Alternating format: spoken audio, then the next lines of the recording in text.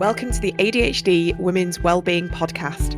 I'm Kate Moore-Youssef and I'm a wellbeing and lifestyle coach, EFT practitioner, mum to 4 kids and passionate about helping more women to understand and accept their amazing ADHD brains. After speaking to many women just like me and probably you, I know there is a need for more health and lifestyle support for women newly diagnosed with ADHD. In these conversations, you'll learn from insightful guests, hear new findings and discover powerful perspectives and lifestyle tools to enable you to live your most fulfilled, calm and purposeful life wherever you are on your ADHD journey. Here's today's episode.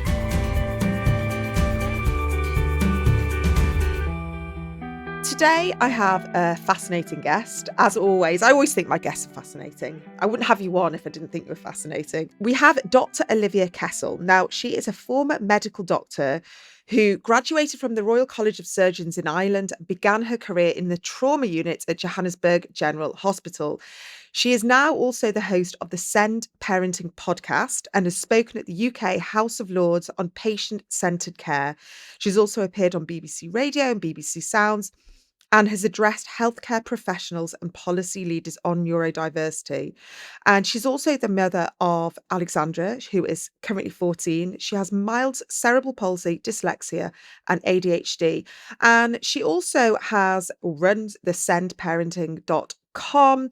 We'll talk all about that. But I just first of all want to welcome you to the podcast, Olivia. Thank you for being here. Thank you for having me. We were just having a conversation off air, weren't we, about just, I guess, the non-linear career that you've had from, obviously being a doctor, doing what you were doing before your awareness and before your understanding. And then obviously your daughter was diagnosed and there was sort of what I can only imagine, there was the before and the after and how that's shaped your career now.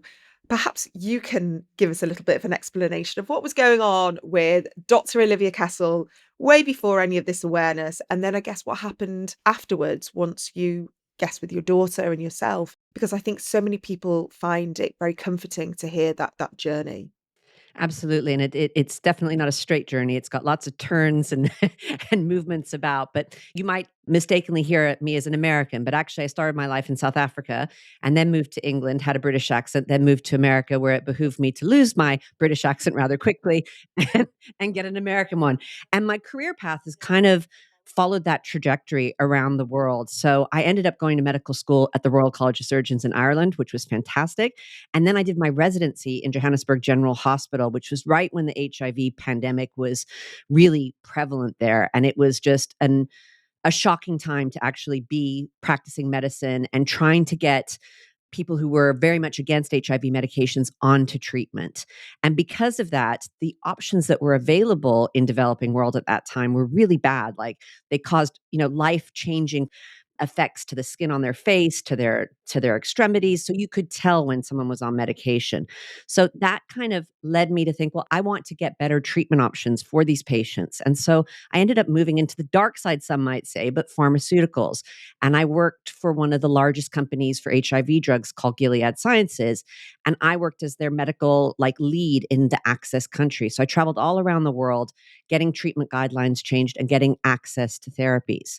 And then I do follow my passions and I decided, well, how can we actually help people stay on these medications? And I wanted to run an adherence program. So my company didn't want to, so I decided I would leave and I moved to Swaziland by myself at 8.5 months pregnant.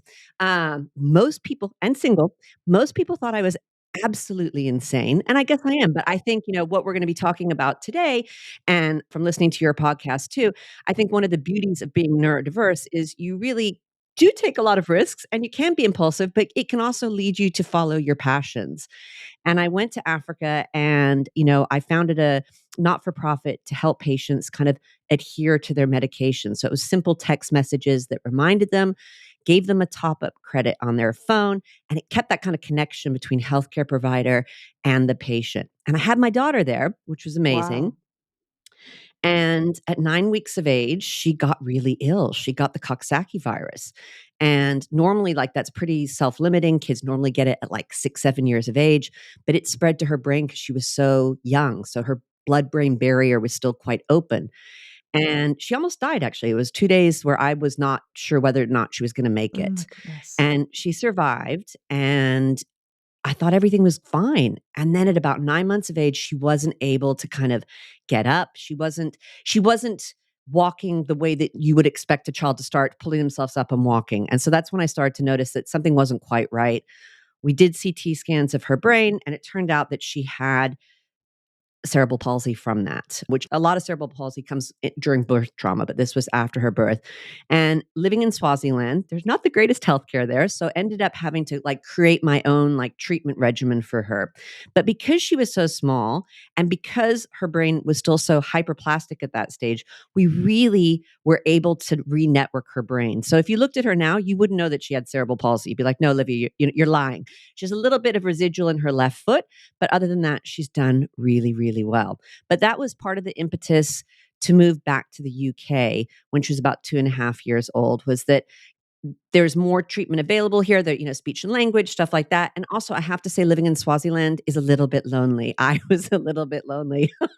It's a small landlocked country of about 1.2 million people. So we moved. I also worked there as a GP for a period of time as well, in Mbabane, which was interesting, going back into clinical medicine again, and really enjoyed that as well. So when I moved back to the UK, it was like, do I want to go back into clinical medicine, or do I want to continue with pharma? And I ended up continuing with pharma. I enrolled Alexandra into school and told the school about cerebral palsy. They had a heart attack. I told them on the day that I dropped her off, and they're like, "You should have told us this before."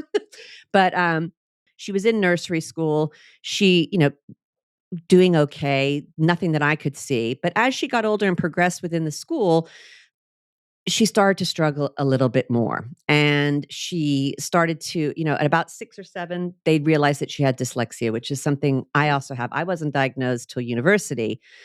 And yeah, so that's kind of the twists and turns of my career path. And then it was through her struggles at school, actually, that led me to start questioning, is she in the right school environment? Is she getting the support that she needs?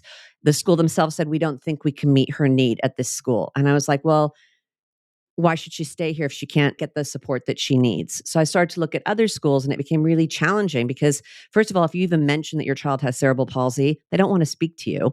And that wasn't even the issue. And eventually, and this was through COVID too, we found a school for her that met her needs. It specializes in dyslexic training and other neurodiversities. And it's called the Unicorn School in Abingdon. And then I went through the process of trying to get an educational healthcare plan, which was absolutely just, I'm an intelligent, educated woman. I had some savings. I borrowed money from my family, and I still found it incredibly difficult to navigate. My heart rate was like 10 beats per minute higher than it normally was. It almost broke me, and it took about almost 3 years to get her EHCP in a pretty cut and dry kind of case. And so I thought, well, I can do one of two things. I could fight the local authority, which I'd had enough fighting them, or I could take all that anger and frustration and do something to help other moms and parents. And that's what made me kind of form the Send Parenting podcast. Cause I'm like, if I can bring the experts to other people's ears, and if I can share other people's stories, then we can learn from each other, and nobody has to go through that feeling so alone, feeling so out of depth, feeling like you're the only one that's experiencing this. And so that's what, made me form the Send Parenting podcast. Wow. I mean, first of Sorry. all, no, it's so I think it's so powerful to hear because it's always emotional driven. It's always a personal story. It's always a personal experience. And the fact that you, as a doctor, as a clearly very intelligent woman, and that EHCP I've heard so many times, it breaks people. I interviewed someone else on the podcast. She's an advocate, and she is the person that, is like that mediator between. So if you have not got that headspace, or you are dyslexic or ADHD yourself, and you can't fill that in and understand it, it's like legal language. She then comes and helps and does that, and like sort of brokers the situation. But it shouldn't be like that. It should not be so inaccessible, especially to neurodivergent families. I mean, first of all, I'm fascinated by the fact that you have sort of made that transition as a doctor.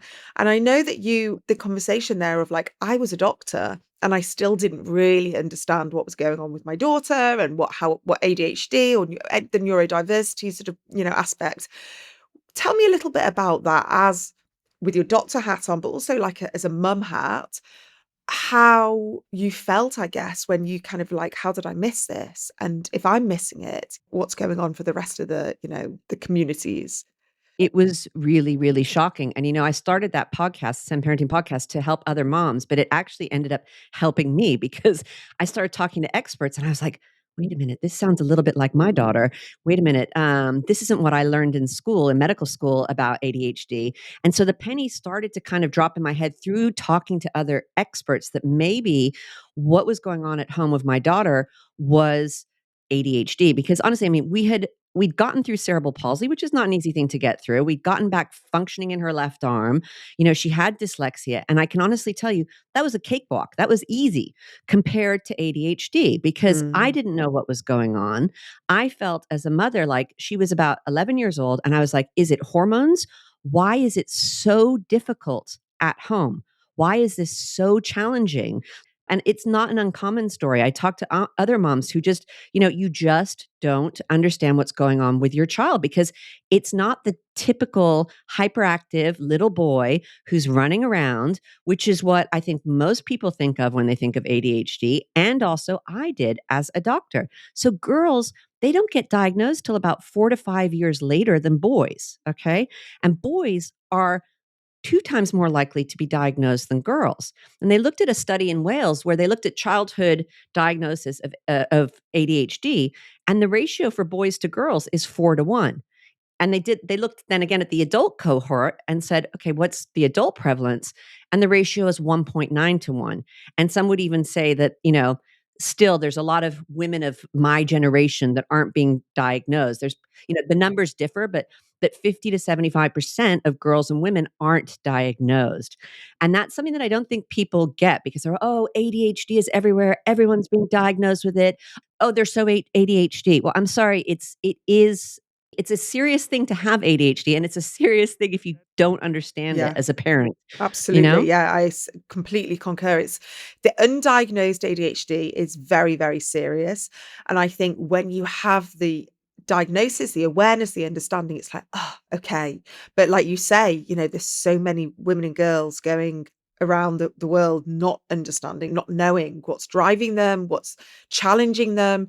And that is the big problem. And especially, I think with girls, listen, I've been doing this podcast for 4 and a bit years, nearly 4.5 years, and I'll still never tire of the fact that women and girls can show up in the typical ADHD way, but most of the time, generally, we don't. And it is often very much internalized. And there's a whole school of women and girls who are the good girls, the quiet girls, the ones that sit in the class and don't cause any problems. Everything's internalized. But as they get older and the hormones start kicking in and start sort of derailing the situation, that sort of internalization does come out in the meltdowns, in the friendship struggles, the anxiety. Then we see like more severe mental health challenges kick in, like disordered eating and OCD and depression and, God forbid, suicidal ideation and self-harm and all these things. And that is when it stops being just sort of this like issue in school with concentration and becomes something that has to be addressed. And doctors have to be able to see these connections and have to see the lifelong path it takes, especially in girls.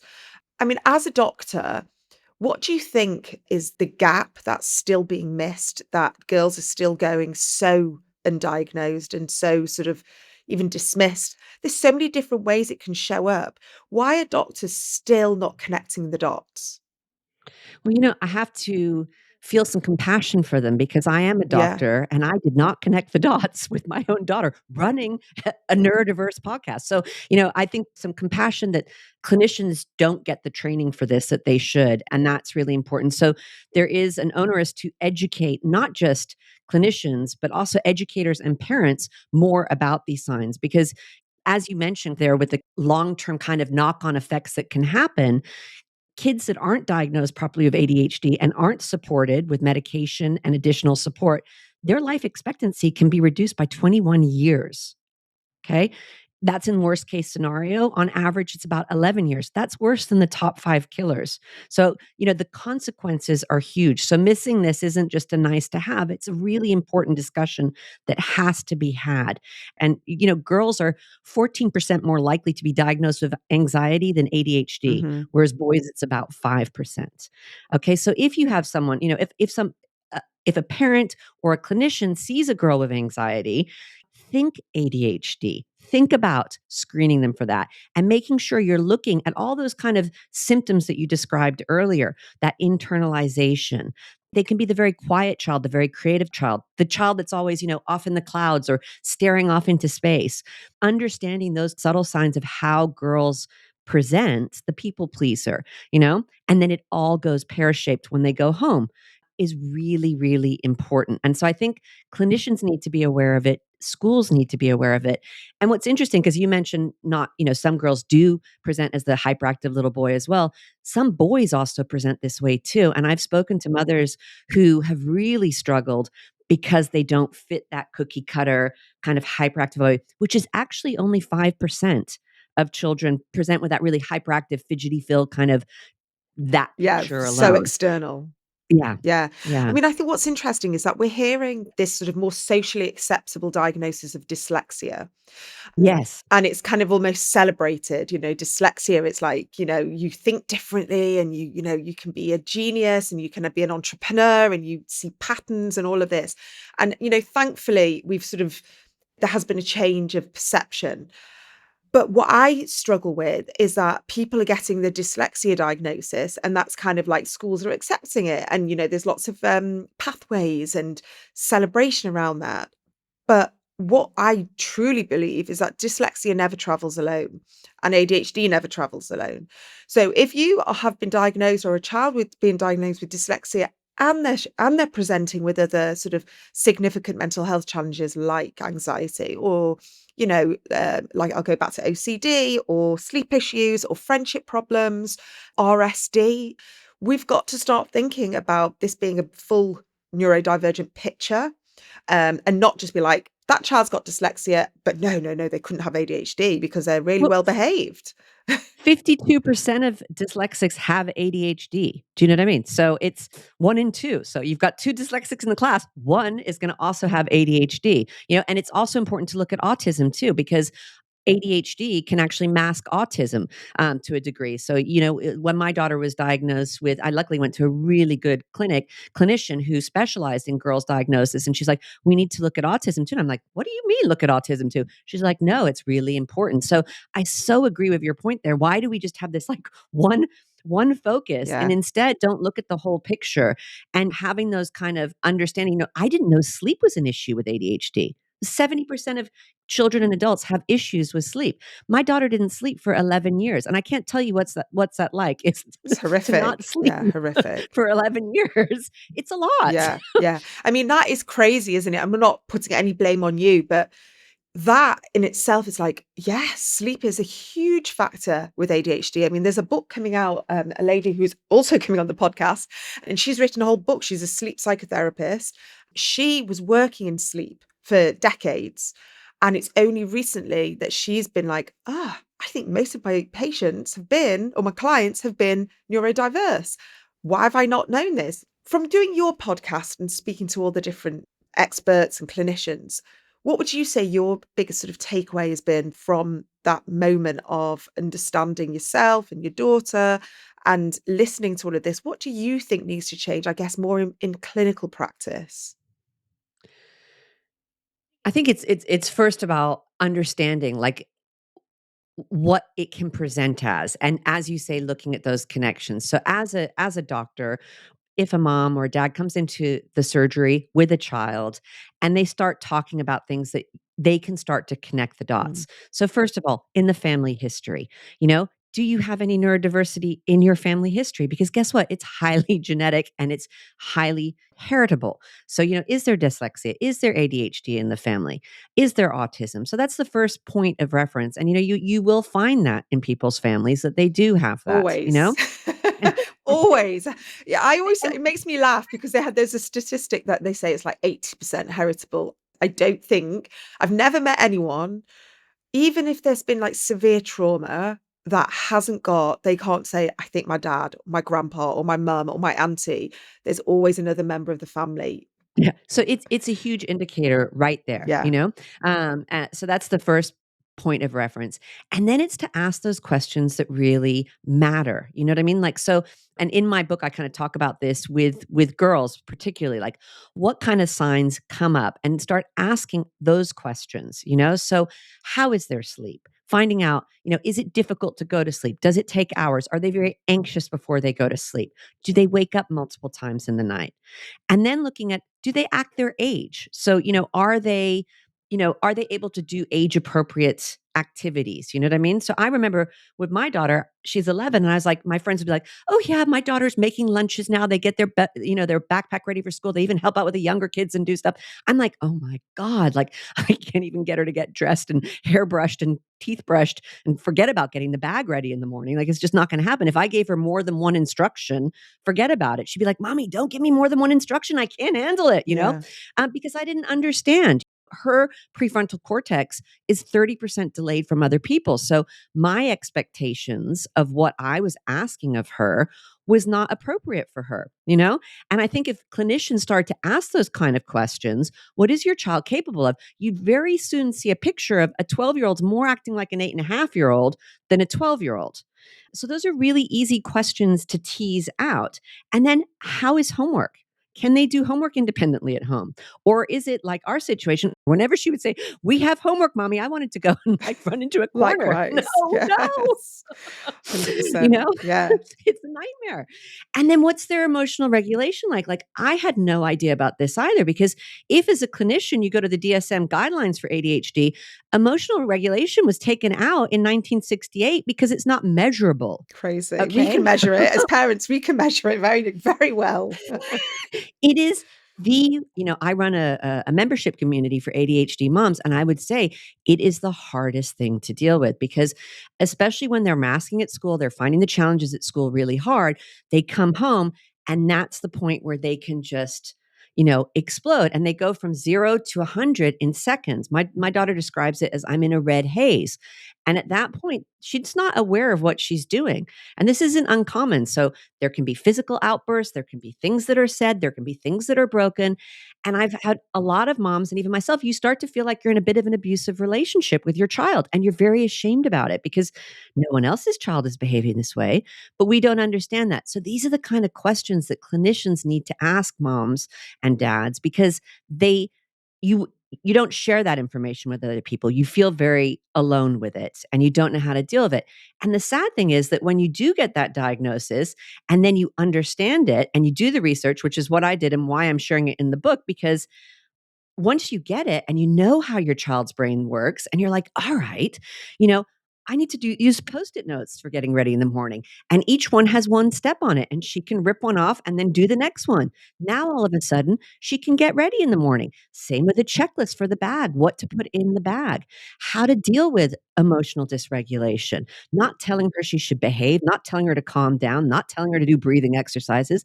Let the rage pass, and then let her calm down. Regulate yourself. There's so many tips and things that you can do that just change your life so dramatically from where you're at when you don't know that your child has ADHD. And I think clinicians need to understand that too, because ADHD, and they call it a superpower at my daughter's school.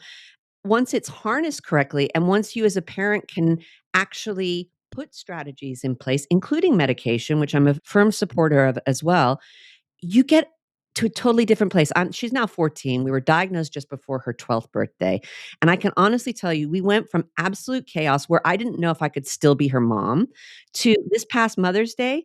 She made me cottage pie by herself. Oh. She cleaned up. You know what I mean? She does her homework by herself. She's a different child. And that's because she's being supported properly.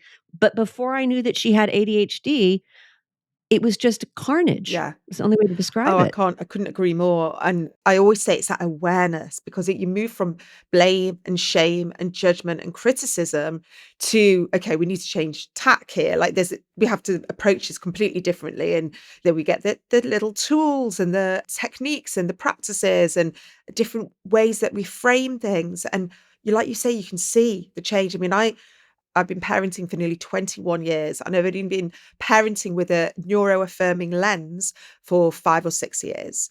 So that was 15 years of parenting, 16 years of no, 15 or 14 years of parenting, not quite understanding why my children were having outbursts, being rude, not speaking to me properly, not being able to do certain things, struggling with, emotional regulation, so many different things. I was just like, I can't do this. And it was that, oh, okay. And so my youngest, bless her, she is the one that sort of benefited the most. She's 11, and she's benefited the most because, I could see straight away at the age of 2, 1, I could really see straight away that there was something different going on. And then through my understanding, my awareness and all this work, we talk about ADHD so openly. We talk about her emotional regulation and sleep and overthinking and worry. And I tell her about what RSD is. She's at that age now where girls are not being so kind. I'm like an open book, and I get her books and we sit and we talk about it. And she, even now, if we're watching something on TV, she goes, "Mummy, I think that person's got ADHD. I think what she's doing, that thing that I do, and she's overthinking, and why is she taking on so much?" Like she'll pick up on the nuances of it now. And I'm so glad, because I just think so many women have lived totally in the dark. And I hope that this next generation, with us as being the wayfinders, I think is the word, or being able to sort of light the way for the next generation, so they can just accept who they are, get themselves the help, lean into what works, pull back when it's feeling more challenging in different environments. And I find that very, very comforting to know that hopefully things are changing. What I would love to hear a little bit more about is, do you have this open conversation, this dialogue, I guess, with your daughter? And I can see clearly she's coming on leaps and bounds. And does she have that awareness of how she can help herself now that she's 14?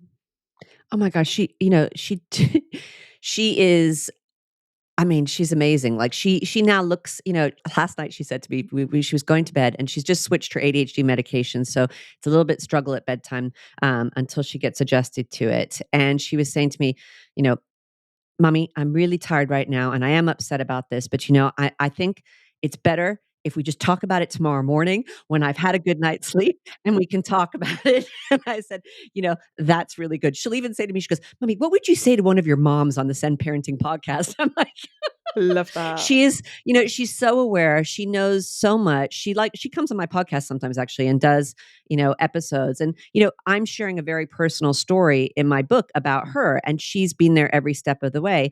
And I talked to her about, this is important because other moms and other daughters are going through this. And if we can help them, then that's a really good thing. And she's like, "I think so too, Mommy." And, like she struggles, it sounds like your daughter too, with some of the social, girls in her class and stuff like that. And her emotional regulation has gotten so much better with support and with medication. And she said to me, one of her friends in school has ADHD. She goes, "Mommy, she's really struggling with her emotional regulation. Do you think maybe you could talk to her mommy about medication because it helped me so much and maybe it would help her as well?"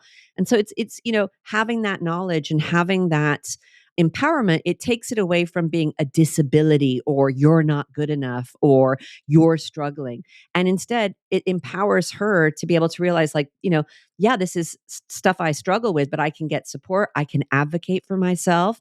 And there are really positives too. She can hyper focus on something and do amazing things. She has creativity. She has empathy, that is incredible. I remember when she was little, she would say to me at age 7, like, "Mommy, how was your day?" And I remember hearing my other mother's friends would say, "Oh, my daughter doesn't even care what my day was like." She has that in bucket loads. So there's a lot of positives to ADHD as well. Yes, it's difficult. Yes, it needs support. Yes, it is a neurodevelopmental condition, but understanding it and knowing how you are, it's just like knowing that, you have, how to work with your curly hair or your straight hair, or how to work with, your gut or anything like that. It's just part of who you are.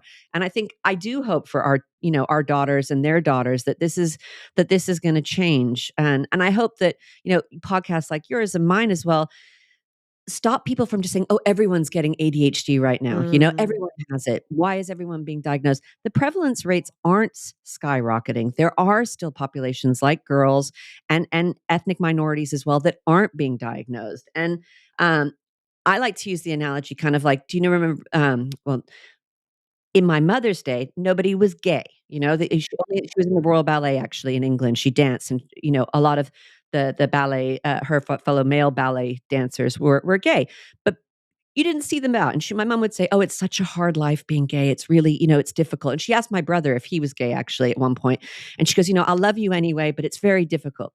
Well, fast forward now to our life, right? mm. No, no, a whole bunch of gay people didn't just pop out of the closet. They were always there. Yes. you know Yeah. Yeah, yeah, yeah, and absolutely. you know they were just hiding.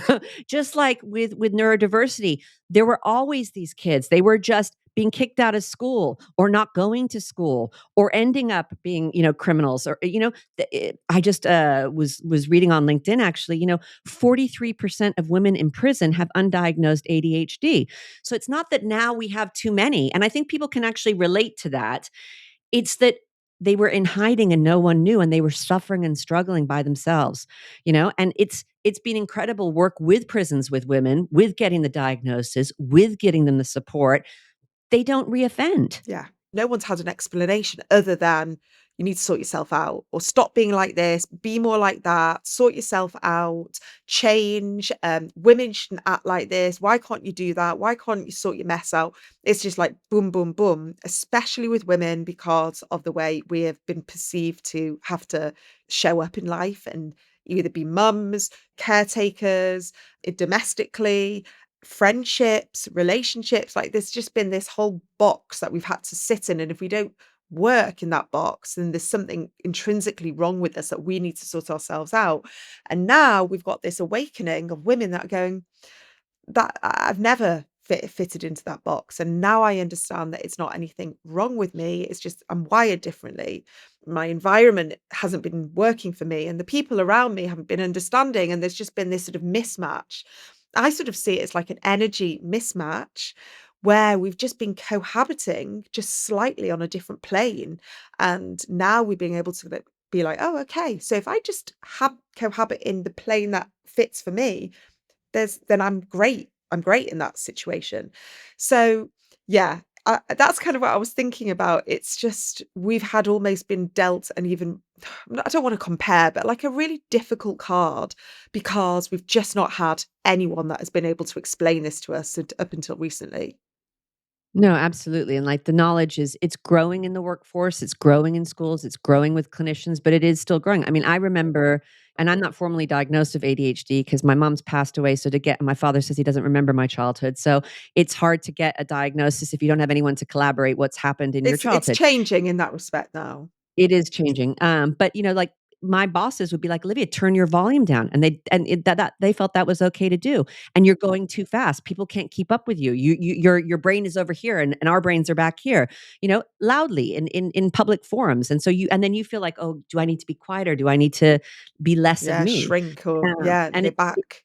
Go yeah, back and pull yeah. yourself in and feel shame about it. Why can't I be quiet? Why do I get loud? Why are these things happening? And then if you put it with a different lens and you think, well, maybe that's just who I am, and maybe if people understood me more, then they would be able to have empathy and compassion towards that, but also to see the strengths of that as well. You're able to think quickly, you're able to hyper focus. I can get things done way faster, and I know this, than most people. Mm, I get really tired, and I've had to learn to balance that as well. But knowing yourself and knowing where your strengths are and where your weaknesses are, and then playing to your strengths, is so important. It's so important in schools too. And that goes back to our earlier point in the conversation: is why don't we screen for these things with all children? Why are there 2 to 3 year waiting lists? We don't wait to test children's eyes for glasses. That's pretty like standard. If your kid isn't able to see the classroom, they get tested quite quickly. Why isn't it just common practice in schools to do kind of screeners for dyslexia, ADHD, autism, and then put the right supports in place so that they don't grow to be bigger problems? Yeah, early years screening. It makes such sense because even in this conversation, we could have written 15-point checklist of the most common traits. And if the parents aren't quite sure, maybe there's a way of sort of being like, right, let's come back and check this in a year's time or in 2 years' time.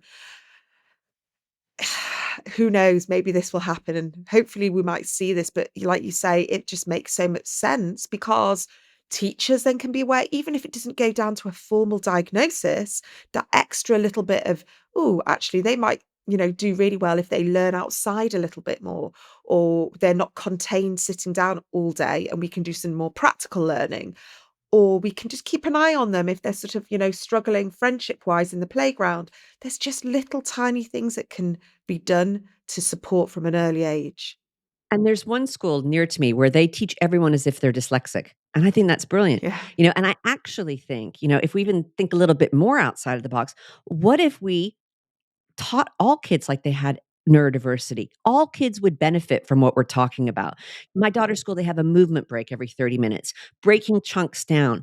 What about flipping it on the other side? And, all kids would benefit from going out in nature. All kids would benefit. We have to change the education system, in my personal opinion.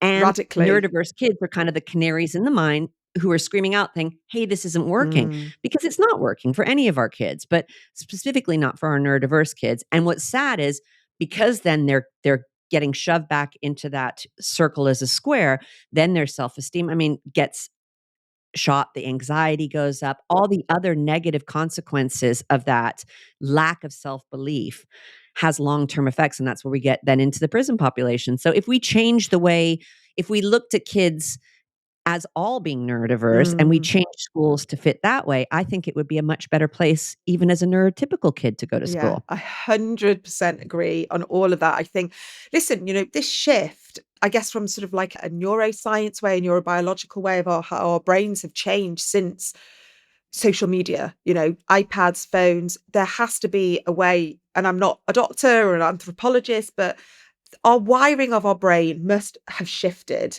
And the learning techniques that we are still adhering to from Victorian times, whether you're neurotypical or neurodiverse, it's gone. That way of working is gone now. And we need to, we've got to work with our neural wiring that I guess people are being presented with, especially kids that are being born now and they're given phones and iPads from such a young age. And, I don't agree that they cause ADHD. I do agree that they exacerbate that that wiring. And if you are of a anxious disposition, your nervous system is very sensitive already, and then there's constant tech and you're constantly online and pinging and games and this and that, it's going to exacerbate some symptoms that are already there. But we have to kind of move things along a little bit and right, how are kids going to learn better in school, and how are we going to work with their nervous systems and their brains and their, I guess, their bodies and all the different things that we are learning so quickly. I mean, the shift has been so fast over the past 10 years that things need to catch up, to match the kids that are coming out being like, well, I can't learn like that anymore. So there's a big shift, I think. It's so true. And, I would like to highlight that, screens don't cause ADHD, but screens are very bad for kids with ADHD and parents too, Yeah. because it's hard to stop. With my daughter, I can see her bouts of emotional dysregulation, and the more strenuous ones, I'm sure you can with your four too, Yeah. happen when screen time has to be taken away or has to be moderated. So you have to limit it as a parent as well, in terms of how you teach your child to use that. And it's not good for them to be on it constantly, because it does exasperate the kind of problems that happen with having constant content given Yeah. to The you. It's like, stimulation. "Ugh, can't get off it." There's all the discussion now around social media. My daughter's always known she can't have social media until she's 16, 17. Then we'll decide then. And yes, it's hard at school, and mommy, why do but she's always known that that's the way it is, because even YouTube, which is considered social media, Mm. that in itself is a Oh, it's nightmare, because horrendous. she is allowed 1 hour a day. She knows it. And now she, like, she'll give herself 30 minutes in the morning and 30 minutes in the afternoon. But it's also teaching her, I have to limit it, and then she'll take that over. But it's such a minefield to kind of navigate. And it's so hard for parents, I think. Sometimes it is the only thing you can is to give them the screen and be like, okay, I just need a breather. And I understand that too. So I'm not judging anyone, but the more we can kind of limit the influence, I think the better, because it behooves you as a parent as well. I know that when I've not had things in place, like let's say on holiday, oh, you can, have as much screen Yeah. time as you want. It backfires Always. majorly. Yeah, always. It's very difficult to be a parent right now when we are up against that, and the YouTube and the Snapchats and the TikToks are powerful beasts that many of us can't compete with, and to then have to be constantly like checking or pulling away, and then you've got like the whole issue of like they're in that hyper focus and like no screen time, and then we take it off them and then we deal with the outbursts. It's not easy at all. Tell me a little bit about your book, your podcast, where because I think after this conversation, people will really want to hear a little bit more from you. And you've mentioned your book. What's it called? It's called Beyond the Label, and it's empowering parents of ADHD girls. But I'd say it also applies to boys who are not presenting typically either. Do you know what I mean? And it's broken up into chapters. So you can look at a chapter like, is it sleep? And you can dive into that. Is it that they're not acting your age? And you can dive into that. Is it homework nightmares? And you can dive into that. So you can read it all as one book, or you can dive in and out. And I designed that because like of the ADHD kind of mind as Yeah. well. If you don't have enough time for it, then that's how you can do it. And I'm going to create an audiobook with it as well. And then I'm going to have some of my podcast guests come and do extra audio chapters as well.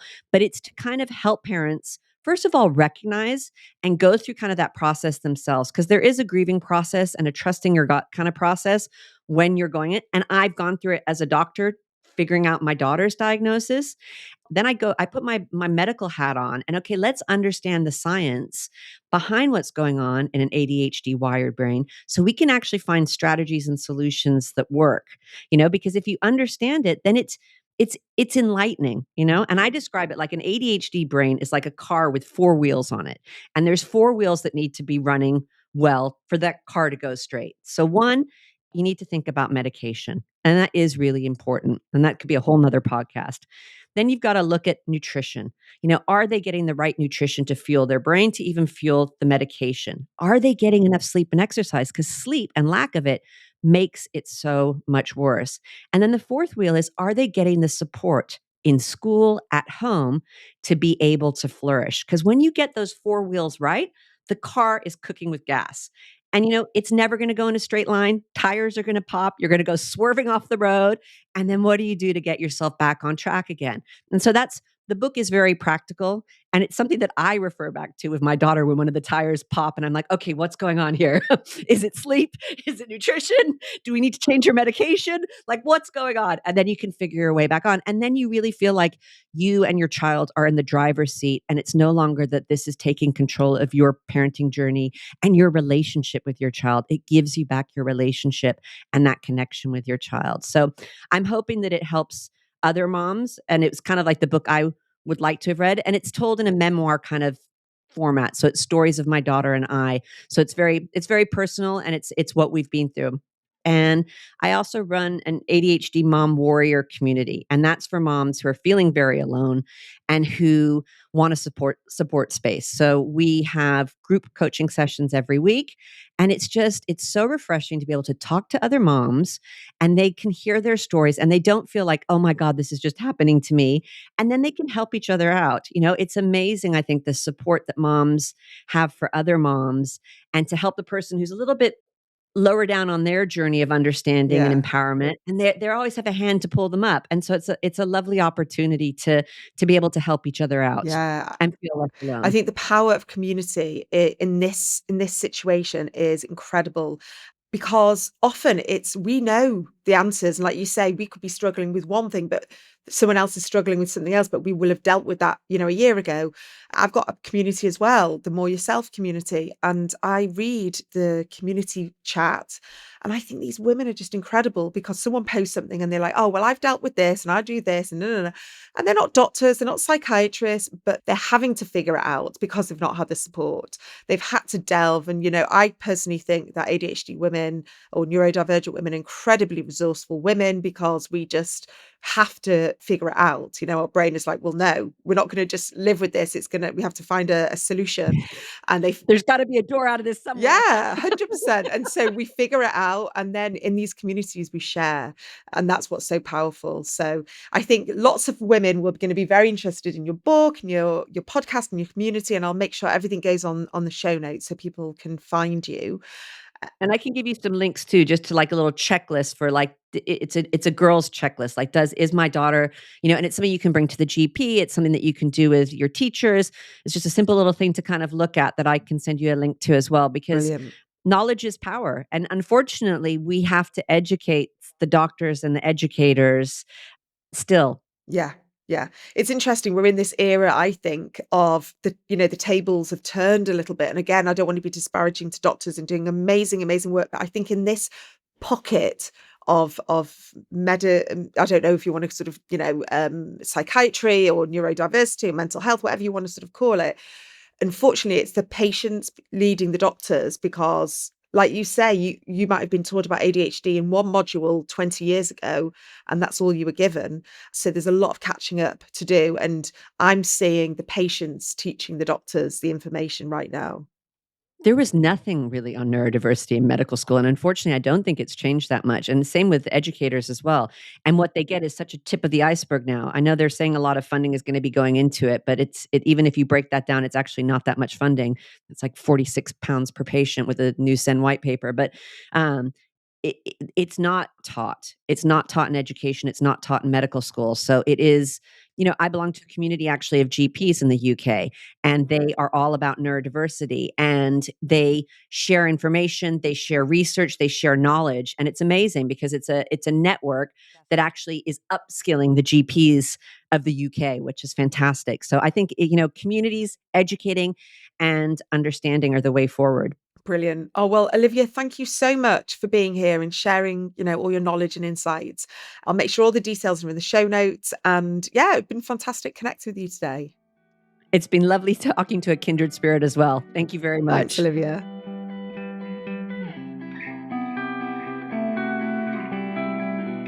Thank you for being here and listening to today's episode. I just want to remind you that if you are looking for more support on your ADHD journey, there are so many resources waiting for you over at adhdwomenswellbeing.co.uk. So inside the ADHD Women's Wellbeing Workshop Library, you'll find practical and compassionate guidance on topics such as nervous system regulation, rejection sensitive dysphoria, perfectionism, emotional regulation, hormones, parenting, and so much more, all designed specifically for late diagnosed neurodivergent women.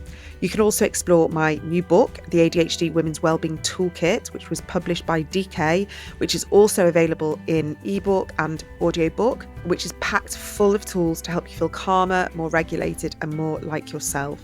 And if you do crave a bit more deeper connection and ongoing support, come and join us inside the More Yourself community. It's a gentle space for learning, reflection, and connection with other neurodivergent women. And you'll also find the recordings from our first ever ADHD Women's Wellbeing live event, which brought together incredible speakers and a room full of inspiring women for a truly special day. We have recorded it all for you and it's there to buy.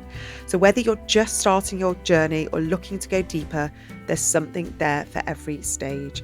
Just head to adhdwomenswellbeing.co.uk to explore everything. And as always, thank you so much for being here and for being part of this community.